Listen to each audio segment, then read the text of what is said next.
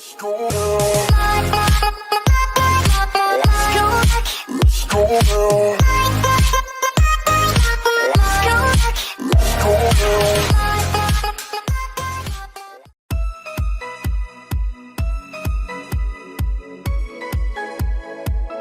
¿qué tal? Bienvenidos a un nuevo video del canal. En esta ocasión les vamos a presentar lo que es la materia de arquitectura de computadoras. El tema principal es la computadora basada en un procesador. El equipo está representado por Iracema Villalobos Santiago, César Antonio Gómez García, Deila Bendaño Ruiz, Alejandro Zuna Lara y su servidor Ángel Morales Sosa. Yo le voy a presentar lo que es una pequeña introducción sobre la arquitectura de computadoras. La arquitectura de computadoras dice que es el diseño conceptual y la estructura operacional fundamental de un sistema que conforma una computadora, es decir, es un modelo y una descripción funcional de los requerimientos y las implementaciones de diseño para varias partes de una computadora, con especial interés en la forma en que la unidad central de proceso trabaja internamente y accede a las direcciones de memoria. El chipset CPU. El chipset CPU son un conjunto de procesadores situados en la placa base pensados para que funcionen como si fueran un solo y realizar las funciones de la placa. La arquitectura actual de chipset, denominada Puente Norte, Puente Sur, está basada en una doble división estratégica funcional del mismo en base a la velocidad de los tipos de dispositivos que se pueden conectar. Bueno, en el Northbridge dice que aparecen las placas ATX y se sitúa en la parte norte de la placa junto a la CPU y a la memoria.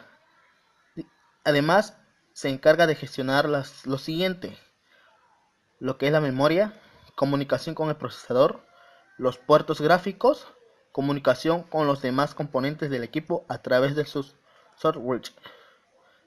El software no está directamente conectado a la CPU. La conexión a la CPU es a través del Northbridge mediante DMI, Direct Media Interface. Se encarga de controlar los siguientes elementos: administración de potencia eléctrica, la BIOS, bus PCI e ISA, controlador DMA, controlador SATA o PATA, controlador de interrupciones, interfaz de sonido AC97, reloj en el tiempo real, soporte Ethernet, RAID y USB. Bueno, el siguiente tema lo va a dar mi compañera Aracema, que es controlador del bus. Controlador del bus. Todos los buses de computador tienen funciones especiales, como las interrupciones y las DMA, que permiten que un dispositivo periférico acceda a una CPU o a la memoria usando el mínimo de los recursos. Las funciones del bus son las que permiten la conexión lógica entre dispositivos subsistentes de un sistema digital, enviando datos entre dispositivos de distintos órdenes. Chipset. El conjunto de chips es el componente que envía datos entre los distintos buses del equipo, para que todos los componentes que forman el equipo puedan a su vez comunicarse entre sí.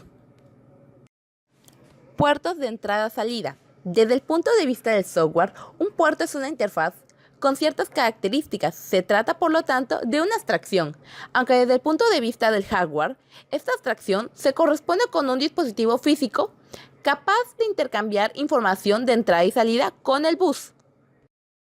Un periférico de entrada y salida es el que utiliza para ingresar datos a la computadora y luego de ser procesados por la unidad central de procesamiento, genera la salida de información. Su función es leer o grabar, permanente o virtual, todo aquello que se haga con la computadora para que pueda ser utilizado por usuarios u otros sistemas. El controlador de interrupciones es un componente importante al sistema principal que permite asignar niveles de prioridad a sus interrupciones de salida, debido a que el microprocesador debe atender peticiones de muchos componentes externos e internos. Las interrupciones juegan un papel fundamental, en especial en la operación de dispositivos de entrada y salida, ya que les permite enviar esas peticiones a la CPU. Sin ellas, el sistema debería chequear constantemente los dispositivos para comprobar su actividad, pero en las interrupciones permiten que los dispositivos puedan permanecer en silencio hasta el momento que requieran atención del procesador. El acceso directo a memoria es una característica de las computadoras y microprocesadores modernos, que permite que ciertos subsistemas de hardware dentro de la computadora puedan acceder a la memoria del sistema para la lectura y escritura, independientemente de la unidad central de procesamiento. El DMA permite mover datos entre un puerto y memoria, o entre memoria y un puerto, pero no entre dos puertos o entre dos posiciones de memoria. Cada transferencia DMA requiere cierta preparación previa, conocer el volumen de datos a transferir y la lectura de inicio de buffer de memoria involucrado. Para esto, dispone de dos registros para cada línea, el contador y el registro de direcciones. Los circuitos de temporización y control es una red secuencial que acepta un código que define la operación que se va a ejecutar y luego prosigue a través de una secuencia de estados, generando una correspondiente secuencia de señales de control. Estas señales de control incluyen el control de lectura, escritura y señales de dirección de memoria validada en el bus de control de sistemas. Otras señales generadas por el controlador se conectan a la unidad aritmética, lógica y a los registros internos del procesador para regular el flujo de información del procesador, ya que desde los buses de dirección y de datos del sistema. Controladores de video. Un controlador de video o VDC es un circuito integrado que es el principal componente de generador de señal de video, un dispositivo encargado de la producción de señal de video e informática o un sistema de juego. El VDC siempre es el principal componente de la señal de video, generador de la lógica, pero a veces también hay otros chips utilizados, tales como el RAM para acelerar el píxel de datos, para acelerar el ROM, carácter fuente, o quizás algunos discretos lógica, como los registros de cambio era necesaria para construir un sistema completo.